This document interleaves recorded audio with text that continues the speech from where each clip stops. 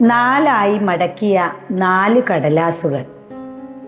കഥ എഴുതിയത് എം നന്ദകുമാർ. ശബ്ദം ജയശ്രീ രാജേഷ്. ഒളിച്ചുകളിയുടെ വൈകുന്നേരം. അവധിക്കാലം അവസാനിക്കാറായി. നാളെ സ്കൂൾ തുറക്കും.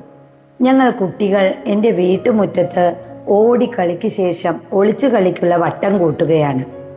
കണ്ണ് കെട്ടാനുള്ള ആദ്യത്തെ നറുക്ക് വീണത് എനിക്കായിരുന്നു. ഞാൻ മുറ്റത്ത് നടുവിൽ നിന്നു. അമ്മു തൂവാല കൊണ്ട് എൻ്റെ കണ്ണുകൾ മുറുകെ കെട്ടി. ഞാൻ എണ്ണാൻ തുടങ്ങി. 1, 2, 3. അമ്മുവും നീലുവും അയാനും ചിന്നുവും ഓടിപ്പോകുന്ന കാലൊച്ചകൾക്കായി ഞാൻ ചെവി കൂർപ്പിച്ചു. കാലൊച്ച ശ്രദ്ധിച്ചാൽ ഒരാൾ ഒളിക്കാൻ പോയ ദിശ നിങ്ങൾക്ക് ഏകദേശം കണ്ടുപിടിക്കാനാകും. 2 പേർ വടക്കോട്ടാണ് പോയിരിക്കുന്നത്. നീലുവും അയാനുമായിരിക്കും. ഒളിക്കുമ്പോൾ പോലും അവർ കൂട്ടുപിരിയാറില്ല. മുറ്റത്തിൻ്റെ വടക്കേ അതിരിലുള്ള മൂവാണ്ടൻ മൂച്ചിയുടെ പുറകിൽ അല്ലെങ്കിൽ ആലയുടെ ഉള്ളിൽ അവരുണ്ടാകും. അതാണ് അവരുടെ സ്ഥിരം ഒളിയിടങ്ങൾ. വേറൊരു കാലടി ശബ്ദം കിഴക്കോട്ടാണ് നീങ്ങിയത്. അതാരാകും? അമ്മുവോ ചിന്നുവോ? ആരായാലും ഞാൻ കണ്ടുപിടിക്കും, ഉറപ്പ്. എന്നാൽ 4ാമത്തെ കാലൊച്ച എനിക്ക് കേൾക്കാനായില്ല. ആരാണ് എങ്ങോട്ടും പോകാൻ കൂട്ടാക്കാതെ അവിടെ തന്നെ നിൽക്കുന്നത്? ഞാൻ 50 വരെ ഉറക്കെ എണ്ണി തീർത്തു. അത്രയുമാണ് എല്ലാവർക്കും മറിഞ്ഞിരിക്കാൻ കിട്ടുന്ന നേരം.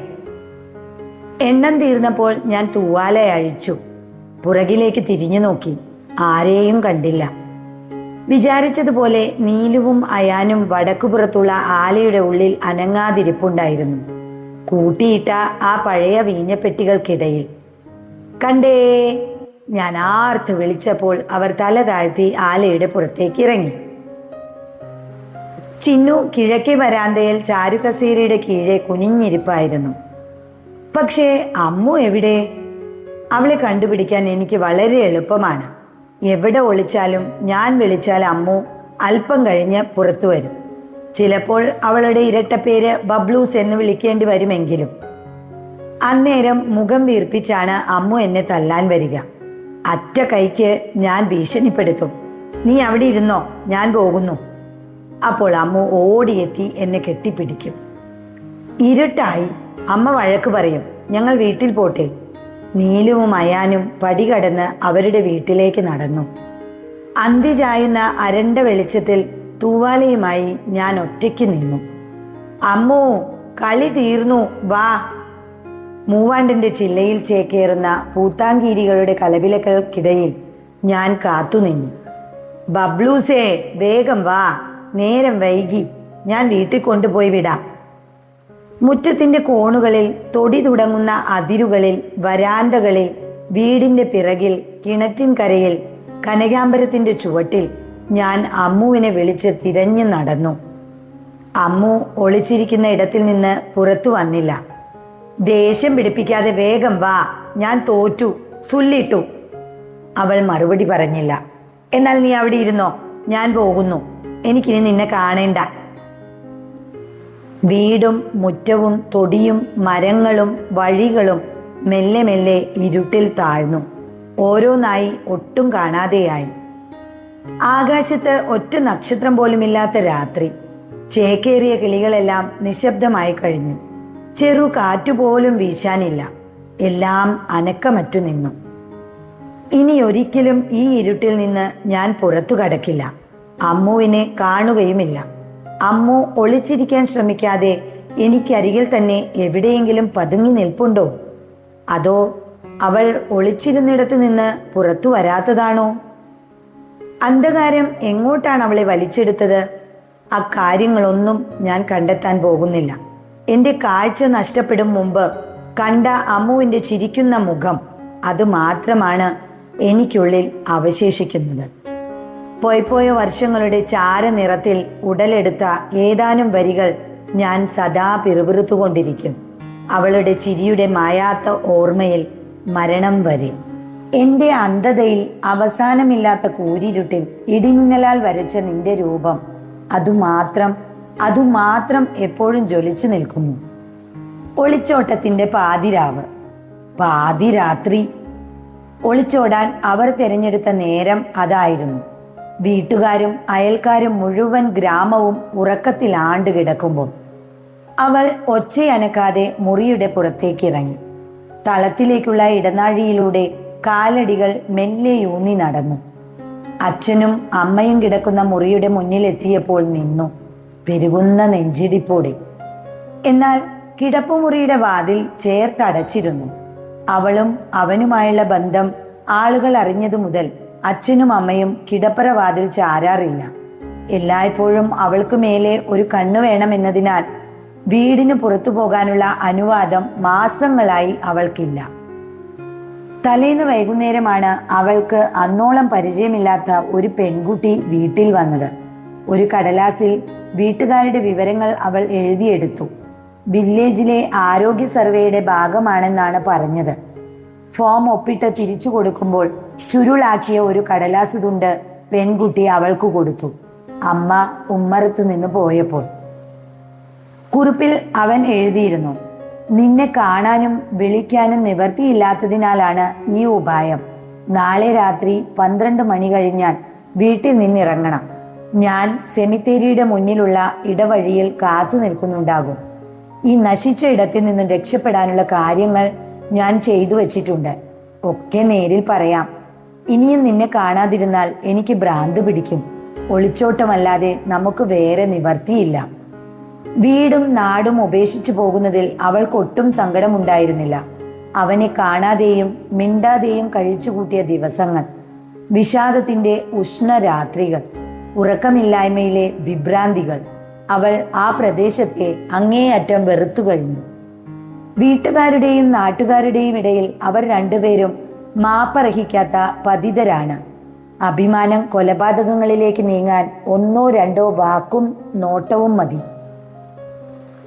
ഉമ്മറവാതിൽ കുറ്റിയിട്ടിരുന്നില്ല.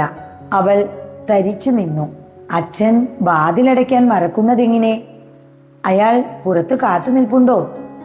പുറത്ത് ആരും ഉണ്ടായിരുന്നില്ല. അവൾ വരാന്ത കടന്ന് മുറ്റത്തേക്കിറങ്ങി. രാത്രിയിൽ എന്നും താഴിട്ട് പൂട്ടാറുള്ള ഇരുമ്പു ഗേറ്റ് വെറുതെ ചാരി വച്ചിട്ടേയുള്ളൂ. പരിഭ്രമത്തോടെ ഗേറ്റ് തുറന്ന് അവൾ വഴിയിലേക്കിറങ്ങി. ഏതാനും വസ്ത്രങ്ങളും അല്പം പണവും 2 സ്വർണ വളകളുമുള്ള ചെറിയ തുകൽ ബാഗ് മാറിലടക്കി പിടിച്ച് അതിവേഗം നടന്നു. അയൽവീടുകളെല്ലാം ഒന്നും അറിയാതെ അടഞ്ഞു കിടപ്പായിരുന്നു. കവലയിലേക്ക് അടുക്കും തോറും അവളുടെ ആദി കൂടി. അങ്ങാടിയിൽ ആരെങ്കിലും ഉണ്ടാകുമോ? പട്ടണത്തിൽ നിന്നും വൈകിയെത്തുന്ന വല്ലവരും കണ്ടാലോ? കവലയും അങ്ങാടിയും ശൂന്യമായിരുന്നു. മങ്ങിയ പാതവിളക്കൊഴികെ. ബാപ്പുക്കായുടെ പലചരക്ക് പീടികയുടെ തിണ്ണയിൽ കിടന്നുറങ്ങാറുള്ള കുടിയൻ ദാമു ഇന്നെവിടെ പോയി? തെരുവു പട്ടികൾ പോലും എങ്ങോട്ടോ അപ്രത്യക്ഷമായ പാതിരാത്രി. അവൾ സെമിത്തേരിയിലേക്കുള്ള ഊടുവഴിയിലൂടെ കുതിച്ചു. ആരും പിന്തുടരുന്നില്ലെങ്കിലും അവൻ സെമിത്തേരിക്ക് മുന്നിൽ കാത്തു നിൽപ്പുണ്ടായിരുന്നു. അവളെ കെട്ടിപ്പിടിച്ച് ചേർത്തു നിർത്തി അവൻ ചോദിച്ചു, ആരെങ്കിലും കണ്ടോ? ഇല്ല, എന്നെയും ആരും കണ്ടിട്ടില്ല. വാ, വേഗം പോകാം. പുലരും മുമ്പ് പട്ടണത്തിലെത്തണം. എന്നിട്ട് ട്രെയിൻ പിടിക്കണം. നമ്മൾ എൻ്റെ ഒരു ചങ്ങാതിയെ കാണാൻ പോകുന്നു. എല്ലാം അവൻ ശരിയാക്കും.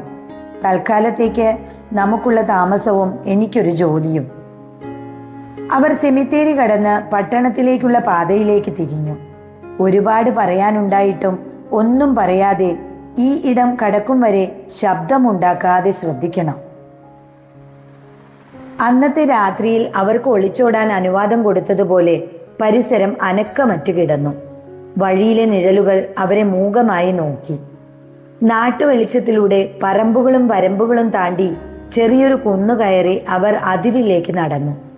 കുറ്റിപ്പൊന്തകൾക്കപ്പുറമുള്ള അതിർത്തിയിൽ അവരെത്തി. അവർക്ക് മുന്നിൽ ഇന്നോളം കാണാത്ത കൂറ്റൻ കരിങ്കൽ മതിൽ ഇരുട്ടിൽ ഉയർന്നു നിന്നു. മുകളിലേക്ക് നോക്കുന്തോറും അറ്റം കാണാതെ ആ മതിൽ ആകാശത്തേക്ക് ഉയർന്നുയർന്നു പോയി. എവിടെയോ ഒരു പൊട്ടിച്ചിരി മുഴങ്ങി. ചിരി കന്മതിലിൽ തട്ടി പ്രതിധ്വനിച്ച് ലോകമെമ്പാടും നിറയുന്ന അട്ടഹാസമായി. ദൂരെ വെളിച്ചങ്ങൾ തെളിയുന്നുണ്ടായിരുന്നു. ആരവങ്ങൾ അടുത്തടുത്തു വന്നു. ആളുകൾ എത്താനുള്ള നേരമായി. അവസാനത്തെ ആലിംഗനത്തിൽ മതിലിനോട് ചേർന്ന് മണ്ണിൽ ഒട്ടിക്കിടക്കുമ്പോൾ അവൻ അവളോട് പറഞ്ഞു, വെറുക്കാതിരുന്നാൽ മതി, ശ്വാസം വിട്ടുപോകും വരെയും നമുക്ക് സ്നേഹിച്ചാൽ മതി. ആലോചനയുടെ പകൽ 11 മണിയുടെ വെയിൽ. മേശപ്പുറത്ത് നിവർത്തിവെച്ച കടലാസുകളിൽ കണ്ണോടിച്ച് അയാളിരുന്നു. നടുവട്ടം ലൈബ്രറിയിൽ നിന്നെടുത്ത 2 പുസ്തകങ്ങളിൽ നിന്നാണ് അയാൾക്ക് ഈ കുറിപ്പുകൾ കിട്ടിയത്. ഒരു പുസ്തകം പ്രണയ കവിതകളുടെ സമാഹാരമാണ്. മറ്റേത് ഏറെ പ്രശസ്തമായ ഒരു പ്രേമകഥയുടെ പുനരാവിഷ്കാരവും. ആരായിരിക്കും ഇവ എഴുതിയത്? അന്ധതയെക്കുറിച്ചും മതിലിനെ കുറിച്ചുമുള്ള ഈ ആഖ്യാനങ്ങൾ എന്താണ് ഉദ്ദേശിക്കുന്നത്? അവസാനിക്കാത്ത സ്നേഹം, തകർന്ന ബന്ധം, വഞ്ചനയും വേദനയും. പഴക്കം ചെന്ന് മുഷിഞ്ഞ 4 കടലാസുകളാണ് അയാളുടെ മുന്നിലുള്ളത്. അല്പം ചരിവുള്ള നേർത്ത കൈപ്പട കണ്ടാൽ എഴുതിയത് ഒരേ ആൾ തന്നെയെന്ന് അനുമാനിക്കാം. അതോ 2 പേരുടെ ഭാവനകളാണോ ഞാൻ വായിക്കുന്നത്? അയാൾ ആലോചനയിലാണ്ടു. എഴുതിയ ആൾ ആണോ പെണ്ണോ എന്ന് തിരിച്ചറിയാനാകുന്ന വ്യക്തമായ സൂചനകൾ ഒന്നുമില്ല. പേര് വെക്കാതെ എഴുതിയത് എന്തിനാകും? അസാധ്യമായതിൻ്റെയും അപൂർണതയുടെയും അന്യാപദേശങ്ങളായി ഇവയെ കാണാമോ? പേടി സ്വപ്നങ്ങളുടെ ഘടന ഒരു പക്ഷേ ഇപ്രകാരമായിരിക്കാം. വ്യാഖ്യാനിക്കാൻ ഒരുമ്പെട്ടാൽ എങ്ങും എത്താതെ അവ്യക്തതയിൽ ഒടുങ്ങാൻ വിധിക്കപ്പെട്ട വെറും വാക്കുകളാകാം എല്ലാം. എഴുതാനുള്ള അമിതമായ അഭിനിവേശം, എന്നാൽ സ്വന്തം എഴുത്തിലുള്ള ആത്മവിശ്വാസക്കുറവ്, അല്ലെങ്കിൽ എഴുത്തേൽപ്പിക്കുന്ന ഉത്തരവാദിത്വത്തിൽ നിന്നുള്ള കഠിന ഭാരത്തിൽ നിന്നുമുള്ള രക്ഷപ്പെടൽ.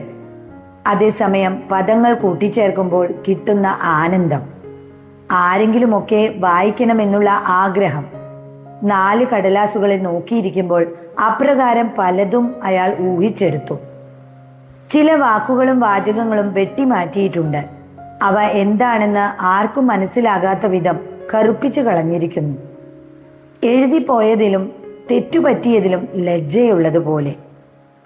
ലൈബ്രറിയിലെ രജിസ്റ്റർ നോക്കിയാൽ 2 പുസ്തകവും എടുത്തവരുടെ വിവരങ്ങൾ കണ്ടെത്താം. എന്നാലും വിചിത്രമായ ഈ എഴുത്തിൻ്റെ ഉടമയെ വേർതിരിച്ചെടുക്കാൻ പ്രയാസമാണ്. പുസ്തകങ്ങൾ എടുത്തവർ തന്നെയാകണം കടലാസുകൾ അവയ്ക്കിടയിൽ ഒളിപ്പിച്ചു വെച്ചത് എന്നതിന് യാതൊരു ഉറപ്പുമില്ല. നടുവട്ടം വായനശാലയിൽ വന്നുപോയ ആരുമാകാം. ലൈബ്രറിയിൽ നിന്ന് അയാൾക്ക് മുമ്പ് ഈ പുസ്തകങ്ങൾ എടുത്തുകൊണ്ടു പോയവർ ആരൊക്കെ? എത്ര കാലം മുമ്പ്? അതിൽ എഴുത്തുകാരുണ്ടോ? ഉണ്ടെങ്കിൽ അവരുടെ എഴുത്തു രീതിയുമായി അന്ധതയുടെയും മതിലിൻ്റെയും കഥകൾക്ക് സാമ്യം കണ്ടെത്താനാകുമോ? ഒരുപക്ഷെ ആദ്യമായും അവസാനമായും ഈ 2 സംഗതികൾ കുത്തിക്കുറിച്ച ശേഷം എന്നേക്കുമായി എഴുത്തുപേക്ഷിച്ചു പോയ ഒരാളാണെങ്കിലോ? എല്ലാം അർത്ഥമില്ലാത്ത അന്വേഷണങ്ങളായി മാറാനാണ് സാധ്യത. ഇതേ വരികൾ പണ്ട് എപ്പോഴോ വായിച്ചിട്ടുണ്ടെന്ന് അയാൾക്ക് പൊടുന്നനെ തോന്നി. അടുത്ത നിമിഷം അതൊരു വെറും തോന്നലാണെന്നും തോന്നി. ആരുടെയും ശ്രദ്ധയിൽപ്പെടാതെ 4 മടക്കിയ 4 കടലാസുകൾ അയാളെ കാത്തിരിക്കുകയായിരുന്നു. 2 പുസ്തകങ്ങളുടെ താളുകൾക്കിടയിൽ അയാൾ മറന്നുപോയ എന്തിനെയോ ഓർമ്മിപ്പിക്കാൻ. പകൽ ഉച്ചയിലേക്ക് അടുക്കുമ്പോൾ അക്കാര്യം അയാൾക്കുറപ്പായി. 4 കടലാസുകൾ ചേർത്ത് 4 മടക്കി അയാൾ മേശവലിപ്പിൽ വച്ചു. ഉച്ചനേരം രൂപരഹിതമായ ചിന്തകളിലേക്ക് കടന്നു. വൈകുന്നേരം അയാൾ നടുവട്ട ലൈബ്രറിയിലേക്ക് നടന്നു, പുസ്തകങ്ങൾ മടക്കി കൊടുക്കാൻ. കവിതകളും നോവലും അയാൾക്ക് വായിച്ചു മുഴമിപ്പിക്കാൻ കഴിഞ്ഞില്ല. പകലത്തെ ആലോചനകൾക്കിടയിൽ എപ്പോഴോ അയാൾക്ക് അവയിലുള്ള താല്പര്യം നഷ്ടപ്പെട്ടിരുന്നു. ഈയിടെയായി വായനയിൽ പലപ്പോഴും സംഭവിക്കുന്നത് അതാണ്. വായനശാലയിലേക്കുള്ള പടികൾ കയറുമ്പോൾ ഇനി ഏത് പുസ്തകങ്ങൾ എടുക്കണമെന്ന് അയാൾക്ക് ധാരണയുണ്ടായിരുന്നില്ല.